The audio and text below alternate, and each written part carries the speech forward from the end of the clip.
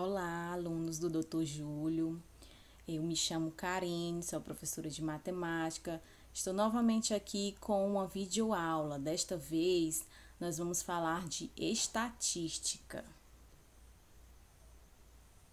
A estatística também recebe o nome de tratamento da informação, porque, como o nome já diz, está relacionado à informação que nos é dada dia a dia. Nos tópicos de estudo de hoje, a gente vai estar vendo o conceito histórico de estatística, estaremos vendo a tabela, gráfico, classificação dos gráficos e a classificação de variáveis e de frequências, tá? Um pouco da história.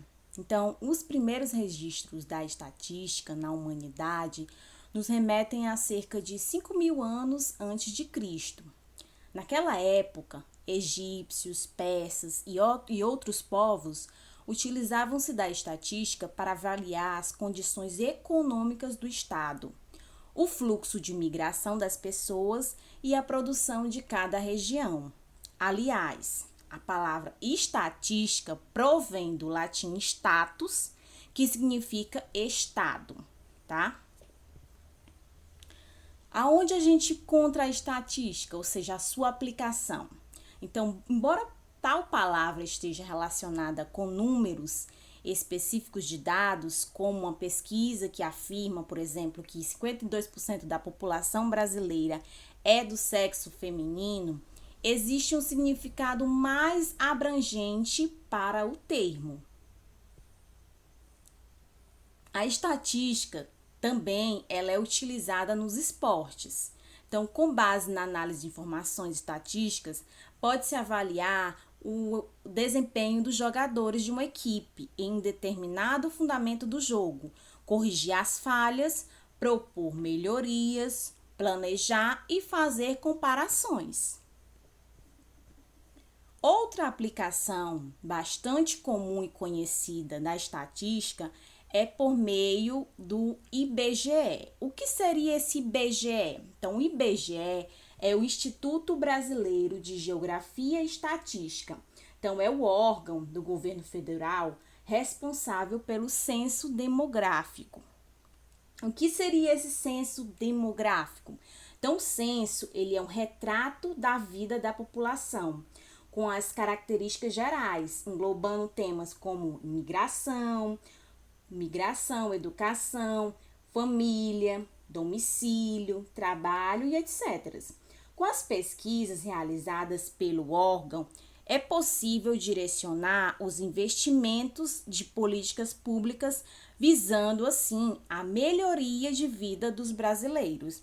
Então, a gente vê uma importância muito grande no IBGE, né, que é justamente este Instituto Brasileiro de Geografia e Estatística, responsável justamente por esse censo demográfico, que vai levar, vai fazer assim um retrato da população brasileira para trazer, né, melhorias por meio das políticas públicas. Então, a estatística, o que ela é? Qual é o conceito, né? A definição de estatística? Então, a estatística ela é a ciência que coleta, organiza, interpreta dados colhidos entre um grupo aleatório de pessoas. Então, eu não posso chegar e escolher determinada pessoa. Pessoa A, eu quero só o grupo A, grupo de pessoas com determinada condição. Não, na estatística o grupo ele deve ser aleatório, tá? Então, favorecendo tanto uma pessoa conhecida, dessa pessoa que vai fazer uma pesquisa, ou uma desconhecida. Então, é algo aleatório. Você não pode escolher de forma induzida por algum interesse. Por isso que a gente chama de grupo aleatório de pessoas. Então, dentro da estatística, a gente tem a população. O que seria essa população? Então, a população é todo o conjunto de elementos que possuam ao menos uma característica comum observável. Então, eu defino essa minha população como sendo justamente esse conjunto que vai ter essa característica comum observável. Então, de acordo com o que eu queira pesquisar, eu vou ter uma população. seja esse conjunto uma população mesmo de pessoas, uma população que eu posso pesquisar, por exemplo, a preferência por um carro. Então, minha população aí já vão ser os carros. Pesquisar a questão de animais, então a população é animais. Então, essa população não é somente de pessoas, tá? Mas é de acordo com o que eu queira estar pesquisando. Então, a amostra. O que seria a amostra? Então, a amostra é uma parte da população que será avaliada por um critério comum. Então, dentro da população eu posso pegar só uma parte, e aí eu chamo essa parte de amostra. Então, aí a gente tem também, o que eu vou pesquisar? Então, dependendo da minha pesquisa, eu vou ter valores associados a variáveis de pesquisas que eu chamo de dados estatísticos. Em anos de disputas eleitorais, jornais, revistas, partidos políticos e a população em geral, elas demonstram bastante interesse em acompanhar as campanhas, né? Tem sempre a disputa de saber candidato A ou candidato B, ou seja, a evolução desses resultados até o dia da votação. Então, por meio da estatística, esses dados de interesse da população são expostos, né, por meio de quê? De gráficos estatísticos. Então, aí a gente utiliza para apresentar esses dados que foram coletados, uma representação gráfica que atraia o público e que ele venha compreender melhor. Então, de acordo com o que eu esteja pesquisando, de acordo com a minha pesquisa, com os meus dados estatísticos, eu vou ter uma determinada representação gráfica de acordo justamente com esse interesse. Então, os gráficos constituem uma forma clara e objetiva de apresentar os dados estatísticos. De acordo com a característica da informação, precisamos escolher o gráfico correto. Os mais usuais são os gráficos de segmentos, os gráficos de barras e gráficos de setores. Então, vamos para o primeiro, os gráficos de segmentos ou gráficos de linha. Qual é o objetivo desse gráfico? Então, esses gráficos, ele tem um objetivo que é a simplicidade, a clareza e a veracidade dos dados coletados, tá? Então, ele é apresentado por meio de linhas, né? Os pontos, linhas que, digamos assim, unidas ou pontos unidos por linhas, como a gente pode observar aí nessa imagem. Então, na horizontal eu tenho os meses, janeiro, fevereiro, março, abril, maio, junho, tá? Eu tenho um semestre aí. E na vertical eu tenho o número de filmes locados. Então, aí a minha variável de pesquisa, eu estou pesquisando aí, são os números de filmes locados em um determinado período. Em janeiro foram 300, em fevereiro 220, em março 100, em abril 150 e em maio 250 e junho, vejam que houve uma queda de maio para junho. Então, essa queda aí decresceu-se assim o número de filmes locados. Então, a gente pode observar só pelo gráfico que ele não é constante. Então, há um crescimento, há uma queda. Então, meses que houve o maior número de filmes locados. Se a questão quisesse saber qual foi o mês em que houve o maior número de filmes locados, então seria o mês de janeiro, que a gente vê que foram 300 filmes locados. Qual foi o mês que houve o menor número de filmes locados? Então, a gente vê aqui que foi o mês de março, tá? E após março, junho também teve uma queda, mas não chegou a ser a mesma quantidade de março. Gráficos de barras verticais. Então, a gente tem dois tipos de gráficos, os barras verticais e os barras horizontais. Qual é o objetivo desse tipo de gráfico? É representar os dados através de retângulos, com o intuito de analisar as projeções num período determinado. Então, aqui a gente vai representar esses dados utilizando esses retângulos. Vejam que a altura do retângulo mostra justamente o valor correspondente àquele mês, ó. Aí a gente tem os meses e tem o consumo de energia em determinados meses, ou em determinados meses, ou seja, durante todo o ano, que vai de janeiro a dezembro. Então, pela altura dos retângulos, a gente analisa que o mês de janeiro, o mês de julho, o mês de dezembro foram os meses que tiveram maior consumo de energia, justamente por serem meses de alta estação, digamos assim, ou meses de férias, né? As pessoas estão mais tempo em casa. Então, são os meses que tiveram o maior consumo de energia em quilowatt-horas. Então, aqui a gente também tem a mesma pesquisa, digamos assim, os mesmos dados coletados, só que agora expostos num gráfico de barras horizontais, né? Então, vejam que na vertical agora a gente tem os meses, né? E na horizontal eu tenho o consumo, que é o qual eu estou pesquisando. A minha variável de pesquisa aí é o consumo de energia de uma determinada família. Então, esse gráfico ele vai crescer na horizontal. Vejam aí que a gente também tem a mesma representação, os mesmos valores do gráfico anterior, tá? Só que agora expostos de forma horizontal. Os retângulos estão, digamos assim, deitados. A próxima representação gráfica são os gráficos que a gente chama de gráfico de setores, ou também conhecidos como gráficos de pizza, porque justamente nos remetem à ideia de fatias, de pedaços.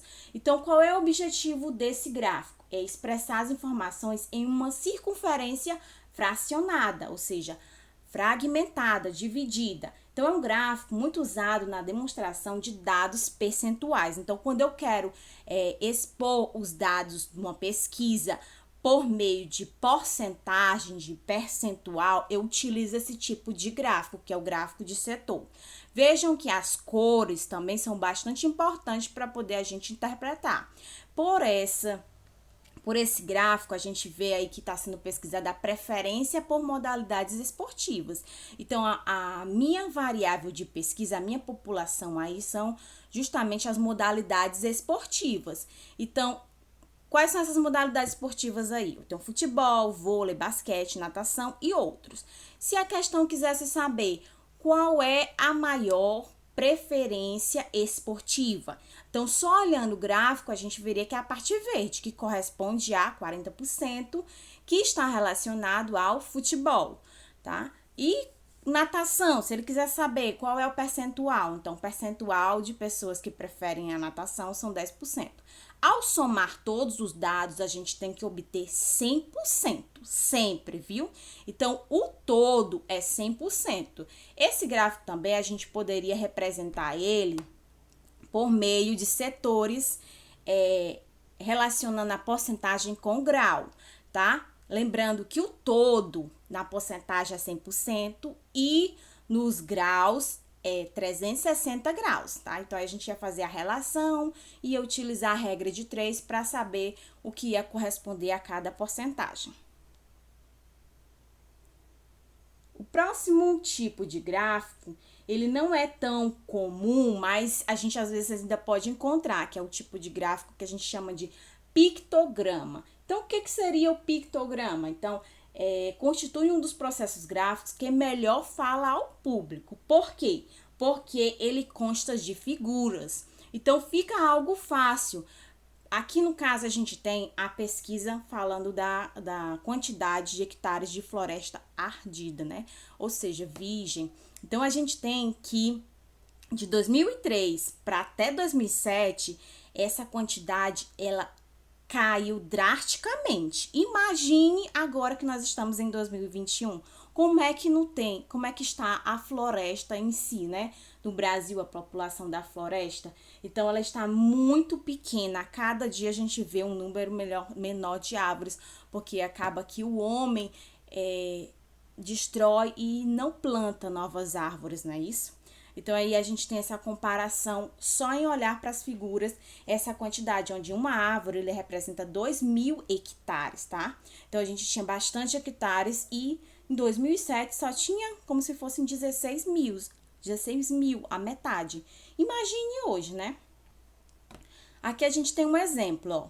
Aqui eu tenho um milho, né? Qual foi o aumento da produção entre os anos de 1996 e 1997. Faz bastante tempo também. Então, para eu saber o aumento de 96 para 97, 96 a gente tem 18.400 hectares e em 97 a gente tem 21.645 hectares. Então, basta a gente pegar e subtrair. Ao subtrair, a gente obtém o aumento de 96 para 97. Vamos para a variável. Então, as variáveis, elas são características que podem ser medidas, controladas ou manipuladas em uma pesquisa.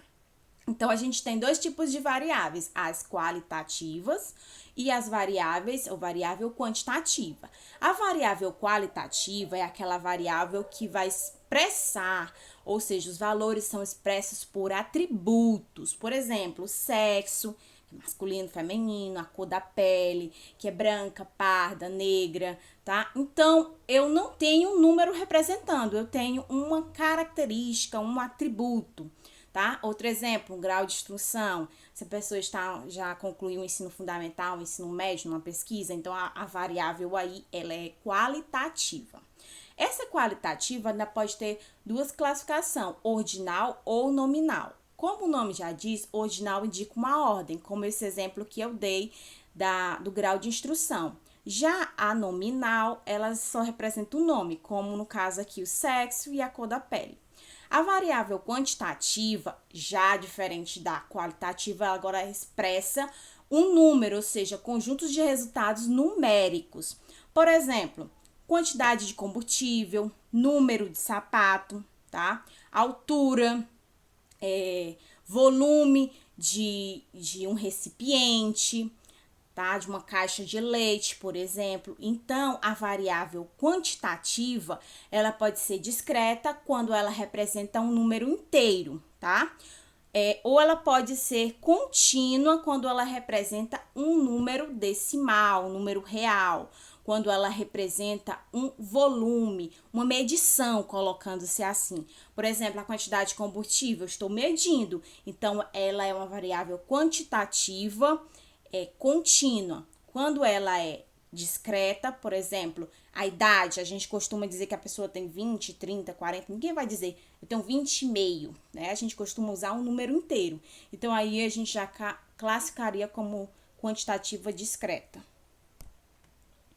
Frequência, né? Então, a frequência ou frequências, a gente tem dois tipos de frequência. A frequência absoluta, tá? Que é o número de vezes em que a variável ela ocorre, a gente classifica por FA, usa esse FA para representar, mas tem outros tipos de representação, é a frequência absoluta. Então, lembrem, número de vezes que a variável ocorre. E a frequência relativa, que é a razão entre a frequência absoluta e o número total de observações. Então, essa razão entre a frequência absoluta e o número total de observações, eu tenho a frequência relativa, que quando eu divido, eu obtenho um número decimal e ao multiplicar por 100, eu obtenho um número percentual, ou seja, a porcentagem que vai representar essa frequência. Por exemplo, ó, aqui a gente tem uma pesquisa com 400 alunos de uma escola sobre atividades esportivas que gostariam de ter na escola. Então, o resultado foi o seguinte: a preferência aqui, a variável que eu estou pesquisando, né, atividade esportiva. Então, aqui a minha população, né, minha amostra dessa minha população são justamente esses 400 alunos. Então, dentro dessa população, eu tenho que eles escolheram vôlei, basquetebol, futebol, natação e tenho o total. Então, vôlei, 80 alunos escolheram voleibol, 120 basquetebol, futebol foi 160, natação 40, que ao somar dá justamente os 400 alunos da pesquisa. A frequência relativa, eu tenho 20%, ou seja, 20% dos alunos escolheram voleibol. Da onde sai esse 20%? É 80 dividido por 400, que dá 0,2, e multiplicados por 100, que dá 20%. O 120 corresponde a 30%, porque eu peguei o 120, dividi por 400, encontrei 0,3, multipliquei por 100, que deu 30%. O futebol, 160 dividido por 400, que obtém 0,4 vezes 100, dá 40%. E natação, 40 dividido por 400, dá 0,1 vezes 100, que dá 10%. Ao somar as frequências relativas, você tem que obter o total de 100%. Aqui a gente pode representar essa frequência no gráfico de setores, tá? Que é o gráfico mais comum para a gente relacionar a questão da porcentagem da preferência, para ficar algo mais claro e mais objetivo, tá? De assim estar expondo esse tipo de pesquisa. Então, a gente vê aí analisando, ó, o gráfico de forma geral. Então, a preferência maior é no futebol. Então, 40% das pessoas pesquisadas, dos estudantes, no total de 400, preferiram futebol, tá? E aqui a gente finaliza a aula de hoje. Deixem seu like, tá? E curtam a página, sigam aqui a página da escola no YouTube, tá? E eu agradeço a atenção de vocês. Até mais!